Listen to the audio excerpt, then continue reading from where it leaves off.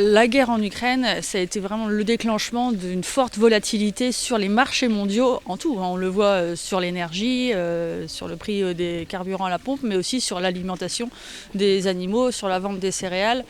Et tout varie très très rapidement d'une semaine sur l'autre. C'est la plus grosse incertitude pour nous. Alors on a une augmentation j'ai relevé là sur des prix sur un an multiplié par 2 du GNR, donc pour nous le gasoil non routier. Une augmentation de 50% du tourteau qui sert d'alimentation pour les animaux. Le prix des solutions azotées pour les cultures a été multiplié par 3 en l'espace d'un an. Donc c'est des charges très conséquentes sur nos exploitations.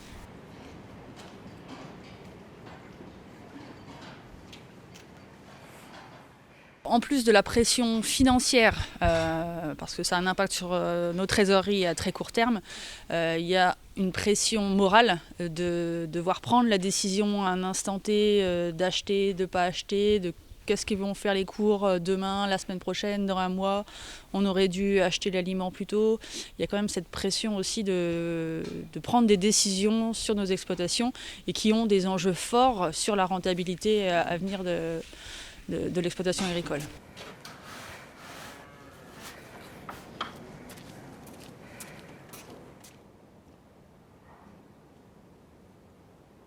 L'impact, ça va être que des agriculteurs vont prendre la décision plutôt d'emmener des animaux à l'abattoir en boucherie, où le prix de la viande connaît une meilleure valorisation que le prix du lait actuellement. Donc c'est des animaux qui ne seront plus dans le circuit de production de lait dans les années à venir. Donc le risque pour la Normandie, et même pour la France, c'est de voir son niveau de production laitière baisser et peut-être un jour être en manque de lait sur le territoire, parce que la pression sur les éleveurs actuellement est très importante.